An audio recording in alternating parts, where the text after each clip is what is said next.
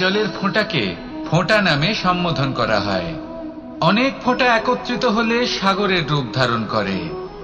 শুধু একটা পাতাকে পাতা বলা হয়, অন্য অনেক পাতার সাথে একত্রিত হলে তা গ্রন্থের রূপ ধারণ করে। একটা মাত্র সুতো অন্য সুতোর সাথে মিলিত হলে বস্ত্রের রূপ ধারণ করে। অনেক সংখ্যক ইট একত্রিত হলে মহলের রূপ ধারণ করে। সৈন্যরা একত্রিত হলে সৈন্যদল তৈরি হতে পারে। এটা হলো শক্তি সংগঠনের, এটাই হলো শক্তি একতার। তা সে বনস্পতি হোক বা কোনো ব্যক্তিই হোক, কোনো মনোভাবই হোক, যদি একা থাকে তাহলে দুর্বল হয়ে পড়বে। যদি সংগঠিত থাকে তাহলে শক্তিও বাড়বে আর আপনাকে সামনে এগিয়েও নিয়ে যাবে। তাই এই একতায় বিশ্বাস রাখুন আর আমার সাথে ভালোবেসে বলুন, রাধা রাধা। জীবন কিসের উপর নির্ভরশীল? ধনের ওপর, বৈভবের ওপর, নিঃশ্বাসের ওপর? না, এই জীবন নির্ভরশীল বিশ্বাসের ওপর। বিশ্বাস নিজের ওপর, বিশ্বাস আমাদের আপনজনের ওপর। কিন্তু যখন এই বিশ্বাস ভেঙে যায় তখন মানুষের মনও ভেঙে যায়, আর তারপর সে অন্য কিছু করতেই পারে না। তখন কি করা যেতে পারে? 3টে কাজ আছে যা আপনি করতে পারেন। প্রথম, ভালোবাসা। যাকে আপনি ভালোবাসেন, যারা আপনাকে ভালোবাসে, ভুল যারই হোক না কেন, তার কাছে ক্ষমা চাইতে কখনোই সংকোচ বোধ করবেন না। দ্বিতীয় হলো বিশ্বাস। যারা আপনাকে ভালোবাসেন, আপনাকে বিশ্বাস করেন, তাদের বিশ্বাস কখনো ভাঙবেন না। তৃতীয় হলো আশা। যারা আপনাকে ভালোবাসেন, আপনাকে বিশ্বাস করেন, তাদের আশা আপনার সাথে জড়িত। তাদের থেকে কখনো কিচ্ছু লুকোবেন না।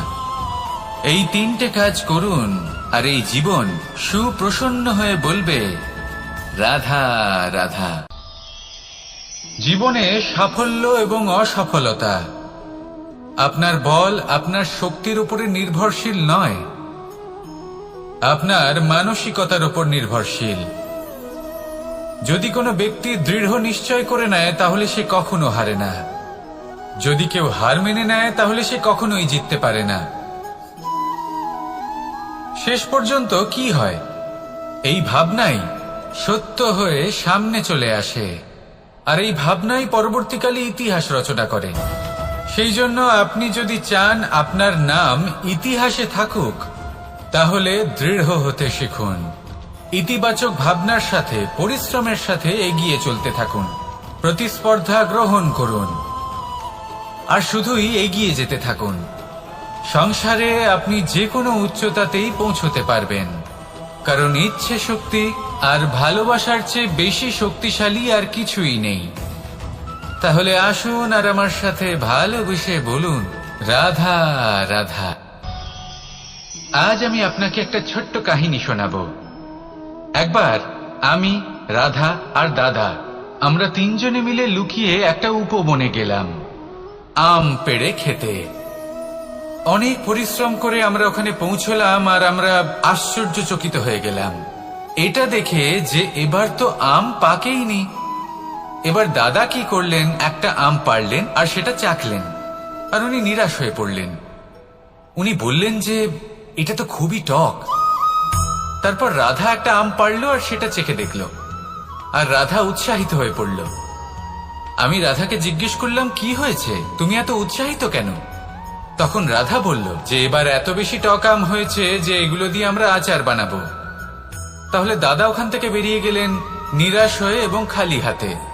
রাধাও ওখান থেকে বেরিয়ে গেল কিন্তু উৎসাহিত হয়ে, আর অনেকগুলো কাঁচা আম সাথে নিয়ে। এর থেকে আমরা কি শিক্ষা পেতে পারি? যে প্রত্যেকটা স্থানে এমন কিছু রয়েছে যেখান থেকে আমরা কিছু একটা শিক্ষা লাভ করতে পারি, যা আমাদেরকে বিকাশের পথে নিয়ে যেতে পারে। এই শিক্ষা প্রত্যেক স্থানে আছে। সবকিছু আমাদের দৃষ্টিভঙ্গির উপর নির্ভর করছে। যখনই আমাদের জীবনে, আমাদের সম্পর্কে কোনো সমস্যা, কোনো বিপদ আসে, তখন বেশিরভাগ মানুষ সেই বিষয় নিয়ে দুঃখী হয়ে পড়েন। আর কিছু মানুষ এমনও থাকেন যারা শেষ পর্যন্ত তার সমাধান করেন, বিপদকে পরাজিত করেন, সম্পর্কগুলিকে আবার জুড়ে দেন। যদি আপনি সুখের খোঁজ করেন তাহলে আপনি সুখ অবশ্যই পাবেন, প্রসন্নতা অবশ্যই পাবেন। যদি আপনি দুঃখ খোঁজেন তাহলে দুঃখ অবশ্যই পাবেন। এবার আপনি কি খুঁজতে চান সেই চয়ন আপনারই। আসুন আর আমার সাথে ভালোবেসে বলুন রাধা রাধা। যখন সূর্যের অত্যাধিক তাপের কারণে এই ধরিত্রী শুষ্ক হয়ে যায়, তখন প্রতিবিম্ব আমরা এইভাবে দেখতে পাই। আমরা কোথাও দূরে তাকালে আমাদের মনে হয় সেখানে জল রয়েছে। আমরা যখনই কাছে গিয়ে দেখি তখন দেখি যে সেখানে জলই নেই। তারপর যেই আমরা পেছনে ফিরে তাকাই আমরা দেখি যেখান থেকে আমরা এসেছি সেখানে জল পড়ে রয়েছে। এবার এই যে মরুতৃষ্ণা, তা কিন্তু শুধুই ভূমিতে নয়, আমাদের ভাবনা চিন্তার সাথেও এটাই হয়ে থাকে, অনেক সময় হয়ে থাকে। যে ব্যক্তি জল লাভ করার আশায় বসে থাকে সে কখনোই জল লাভ করতে পারে না, কিন্তু যে ব্যক্তি জল লাভ করার আশায় নিরন্তর পরিশ্রম করতে থাকে, ঘাম ঝরায়, সেই ব্যক্তি কোনো মরুভূমিতেও জল লাভ অবশ্যই করে। জীবনে যদি আমরা বড় কিছু লাভ করতে চাই তাহলে নিরন্তর পরিশ্রম করতেই হবে। পরিশ্রমের এই মনোভাব অত্যন্ত গুরুত্বপূর্ণ। এই মনোভাব আর দৃষ্টিভঙ্গি এ হল অন্তরের গুণ। রূপ এবং প্রসাধন এগুলি হল বাহ্যিক আবরণ। যে ব্যক্তি রূপের কারণে আপনাকে ভালোবাসে তা প্রকৃত ভালোবাসা নয়, কিন্তু যে ব্যক্তি আপনার আবেগ এবং মানসিকতার জন্য আপনাকে ভালোবাসে তাই হল প্রকৃত ভালোবাসা। তাহলে এই কথাটা মনে রাখুন আর আমার সাথে ভালোবেসে বলুন রাধা রাধা। সিংহকে বনের রাজা বলা হয়। অত্যন্ত শক্তিশালী হয় সে, তার পরিবারও খুব বড় হয়। কিন্তু যদি এমন হয় যে সিংহের পরিবারে নিজেদের মধ্যেই কলহ সৃষ্টি হয়, যদি তারা নিজেরাই লড়তে থাকে তাহলে কি হবে? সিংহকে মেরে তার পরিবারকে মেরে ফেলে শেয়াল বনের রাজা হয়ে উঠবে। এবার এই কথা শুধুই সিংহের উপর প্রযোজ্য নয়, বরং প্রত্যেকটি ব্যক্তি, প্রত্যেক পরিবার, প্রত্যেক সম্প্রদায়, প্রত্যেক রাজ্যের উপর প্রযোজ্য হতে পারে। পরিবারে যদি মতভেদ বেড়ে যায় তাহলে সেই পরিবার ভেঙে যেতে পারে। ইতিহাস এই বিষয়ের সাক্ষী। যদি সমাজের মানুষ নিজেদের মধ্যেই লড়তে থাকেন তাহলে কেউ রাজা হতে পারেন না, বরং অন্য কেউ সেই কলহের সুযোগ নিয়ে নিজে রাজা হয়ে বসেন। একতার গুরুত্ব বুঝতে শিখুন।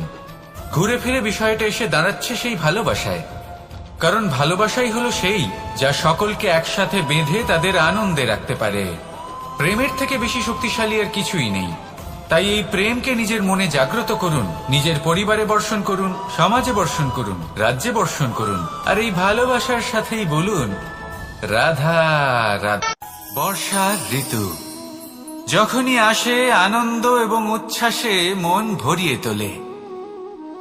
কখনো আপনি এটা ভেবে দেখেছেন যে এই বর্ষা যা আমাদের মনকে উচ্ছ্বাসে ভরিয়ে তোলে সে নিজে কতটা পরিশ্রম করার পরে আমাদের কাছে আসে? নদী হোক, সরোবর হোক, সমুদ্র হোক, তাকে সূর্যের তাপ সহ্য করতেই হয়। বাষ্প হয়ে আকাশে উড়ে যেতেই হয়। আকাশে গিয়ে কঠোর শীতলতার সম্মুখীন হতেই হয়। সেই ঠান্ডা সহ্য করতেই হয়।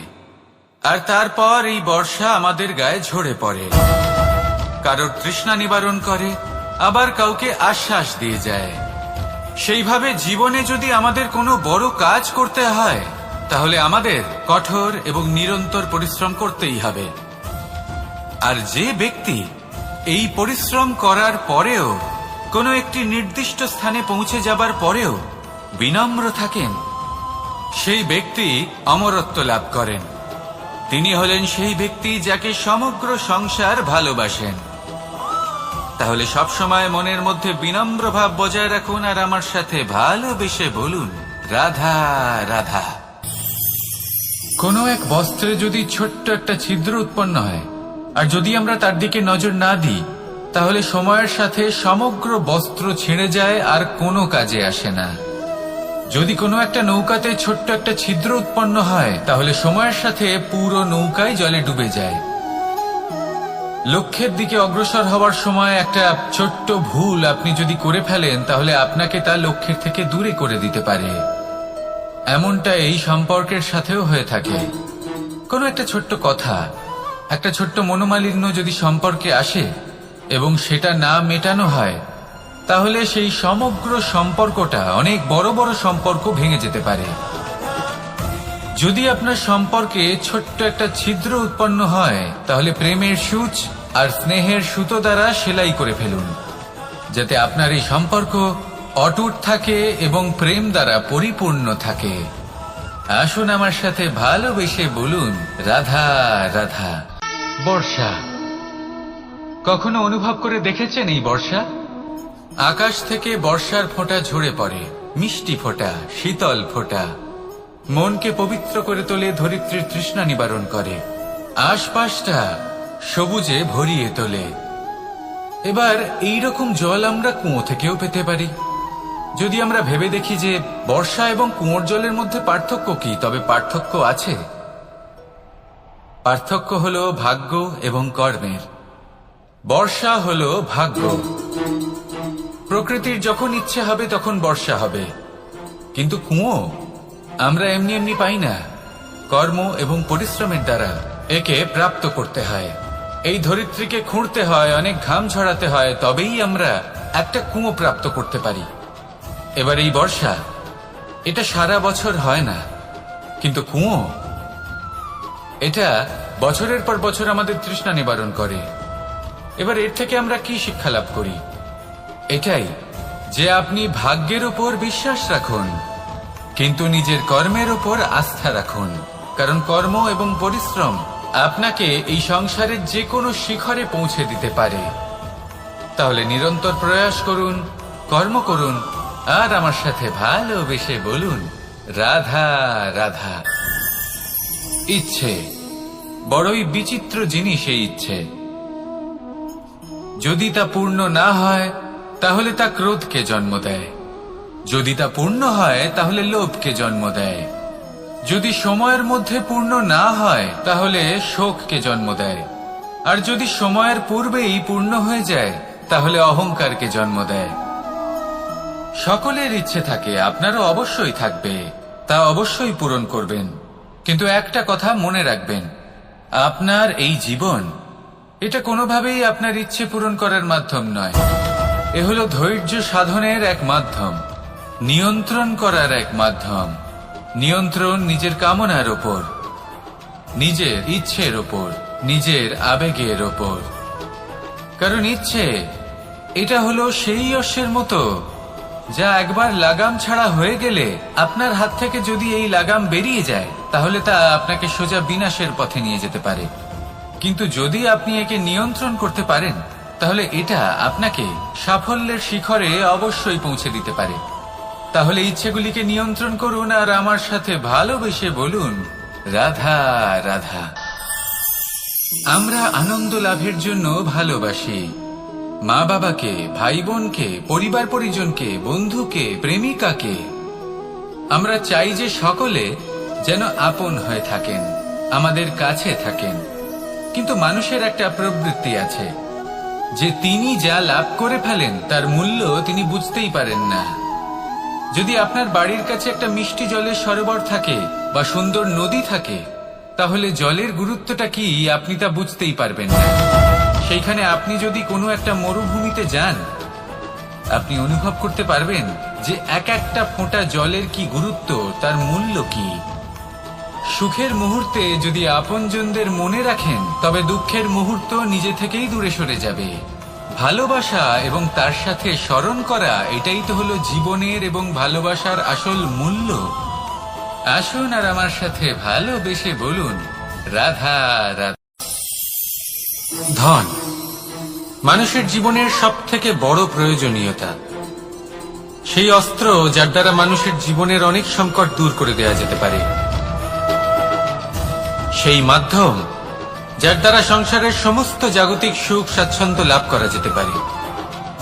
কিন্তু ধনের দ্বারা আমরা সবকিছু লাভ করতে পারি না। জাগতিক স্বাচ্ছন্দ্য আমরা লাভ করতে পারি, কিন্তু সুখ লাভ করতে পারবো না। সুখের উপকরণ আমরা লাভ করতে পারি, কিন্তু সুখের অনুভূতি লাভ করতে পারবো না। আনন্দ, সন্তোষ, প্রসন্নতা এগুলো ধন দ্বারা লাভ করা যায় না।